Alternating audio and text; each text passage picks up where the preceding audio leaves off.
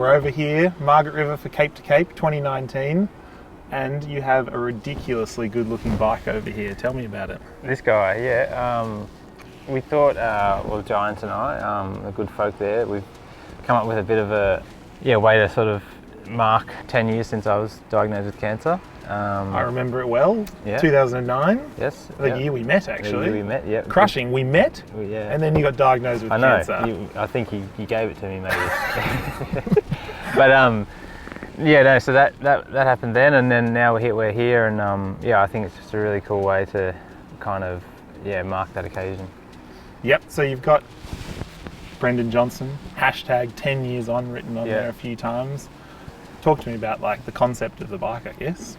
Yeah, I think we just I wanted to have that sort of that 10-year mark and kind of highlight it on the bike, and it's something that's it's etched in the paint. It's something that's there and will always be on that bike, and it'll just be special to be able to kind of get on the bike occasionally and sort of I guess remember it in a good light. And I know it's probably tough, but reflecting back on 2009. How was it? Obviously, like how old were you? I was 17. Yeah, like last year at school. Bit happening in life, I guess. Like it's a good time, but we were racing World Cups a few months earlier. Yep. In Canada. Yeah, it was sort of all going to plan, I guess. And like as it's a bit cliche, but everyone says, "Oh, it'll never happen to me," but then it happened to me, and I was sort of Is it common that a 17-year-old gets diagnosed with testicular cancer? I don't know the stats or anything. It's not, no. And the particular type that it was super rare and kind of almost unheard of, and it wasn't. It was. They never say you'll be all right. Like you'll get no professional ever says that to you. So I guess for me that was the toughest thing, is like not having any specialist or doctor or 17, nurse. this could be it. Yeah, saying that no one ever said you're going to be right. Obviously family and friends did, but no professional said you're going to be fine and you'll get through it. So that, not having heard that from someone in the know made those next couple of years pretty tough, and I guess, I just had to kind of push on, and I had great friends and family that helped me through. But you raced Worlds in 2009 still? Yeah, I had surgery. In Canberra, in Australia? In Canberra, in Australia, home Worlds. Couldn't miss it. I had the surgery like the day after we found out, literally in Sydney. A couple of weeks recovery, and then back on for Worlds. But and then off again. Cool. And then off for 12 or 18. It wasn't just like, quick surgery, race Worlds, life goes on. So we kind of prolonged, I guess, the immediate treatment after surgery, and then got stuck into it after that with several complications, and it wasn't a real fun time, but I don't know. What did it involve? Because I'm not very familiar, and it's probably not easy to talk about, but what's well, I had surgery straight up to remove the lump, and that was kind of the initial sort of part of it, and then obviously I had those two or 3 weeks where I didn't do anything, just several appointments and sort of sizing me up, I guess, for the treatment and stuff. So chemo? Chemo, and once we got that underway, I had some mad reaction and got airlifted from home up to Canberra at the time. And so it wasn't a textbook? No, it wasn't textbook. Recovery. I had these minor percentage reactions that they've had sort of unseen before to their drugs, but once you sort of got the regime going, it's sort of pretty like a bit of a routine, and you get through it. But wow. And then how long did that go for? I think it was about 14 months that I was sort of getting that kind of treatment and stuff, which is long for chemotherapy. It's not an enjoyable thing to have. And everyone else is doing year 12, going on with that was the thing. I mean, pretty much grounded. Yeah, I had pretty big plans, to enjoy those years, but it sort of put a bit of a dampener on it. Yeah, and then what was the recovery process like? When did you get the all clear? What's the timeline there? Yeah, I mean, you don't really ever get the all clear, but they sort of, as years go on, then you really start to, it gets better and better, I think, the chances of any kind of relapse. So I guess that's why 10 years is sort of a marker that I'm pretty happy to get to, and totally. Mark it off with this bike. So.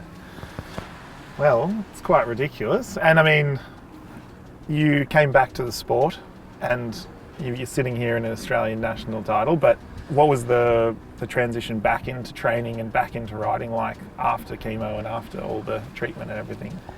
Yeah, it was pretty slow, I guess. Slower than obviously you'd want.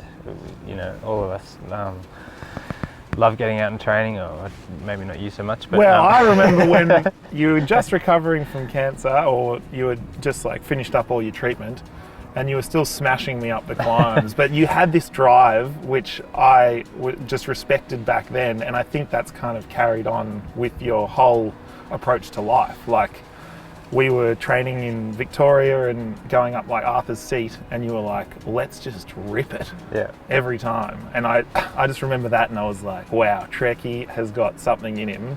And I mean, you've overcome a pretty ridiculous illness with cancer and everything, and then we're out training and you're just like, I'm going to live every day. And yeah, I think again, it's a bit cliche, but it does like remind you, and I think those around you as well, that that sort of thing can happen to anyone. And I guess for me, I thought I was just going to ride my bike for the rest of my life and go pro or whatever, but it sort of did put that sort of thing into my mind that if that was all I had, then and that happened again, or something happened again, then I need to do something else. So that I sort of took a bit of a different approach to life and everything. And well, you met your now wife Sue, and then you got engaged and married, bought a house. Yeah, it snowballed into.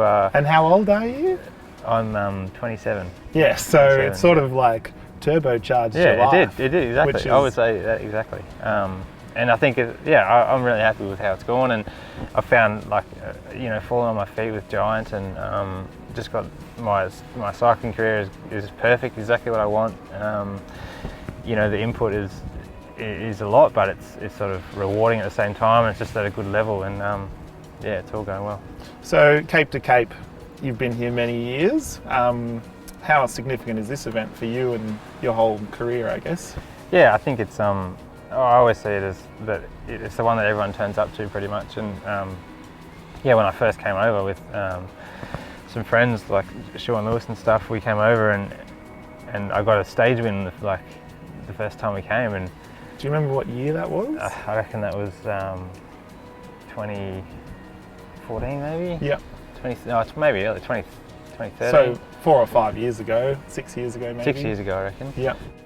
Yeah, I guess when I got the illness, I wasn't very old, so I hadn't done a lot of elite racing or won any big races. And I remember winning that stage and chatting to Sean, because we'd lost Willow recently as well at that time, so it was sort of all a bit rough. But he said that he and Willie used to talk about it as if you got one good win a year, you could be happy with your year. And I remember him saying that to me after I won that stage. And it may not have, the bunch might have sat up or whatever. However it came, and I was stoked with it. And then from there it kind of just went on, and worked harder, and won it a few times now, a couple of times.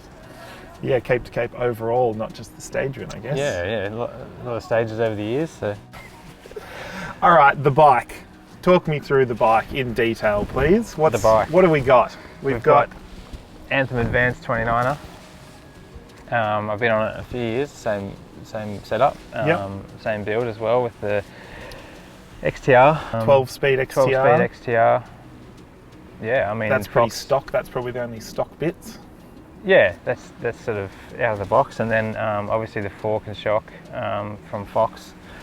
It didn't come yellow though, did it? Didn't come yellow. How has it come this colour? Like, is it magic or? No, a good folk from Giant and Sun Graphics put this together and came up with we had probably 20 or 30 options in the design, but we settled on this one with the yellow fork up front to tie it in with this outfit. I mean the national colours, as well as a tribute to I think it's 10 years. Making those two things come together is quite cool, and it's sort of you can see it kind of flow through the colours and the little sort of graphics with the hashtag 10 years on, which is probably going to blow up, I'd say. Well, I'm going to get a sticker and put it on my helmet. Yeah, to have like obviously Giant, Al Wilson down there, and Ruddy come up, and sort of get these frames organised and organise the paint job and the design. and then to have obviously my brother-in-law Mitch from Pushies to assemble it all a couple of nights ago, ready to fly out. Haven't even ridden it yet. Yeah, it's really special, and it's like I say, it's a really good way to sort of tick that box of 10 years on, and that bike will be around. I'll keep it forever, and yeah, it'll be with me forever. Totally. And I mean, such a good support network in Canberra. Yeah, it's fantastic, and obviously the guys at Giant are great as well. So yeah, really looking after me, and something like this is super special. So it'll probably go on the wall in the pool room. Yeah, the pool / lounge room. I think it'll be up on the wall there. With the jerseys. Yeah, it'll be around forever. That's awesome. Cape to Cape, good luck. Hopefully the new bike doesn't fall apart on you, and watch out for Neil and I in the race. We will be keeping a firm eye on Neil and yourself. Strong pairing, I think. We hope John's got the form and he doesn't get blinded by the beauty of the bike. No, he'll have the form. Yeah. Confident. I like how you yeah, of course. Yeah. Now that it's like a bit of rivalry, you're like, no, I'm stern here. Yeah, I mean, well, after you gift us that first stage, I think we'll kick on, and stage 2 will be a battle. Solid battle. Obviously, other strong teams as well. Yeah, I'm just going to try not to get distracted by the bike. No, awesome. So good, man. Cool, mate. Give us a hug. Oh, bring it in. It's a wrap.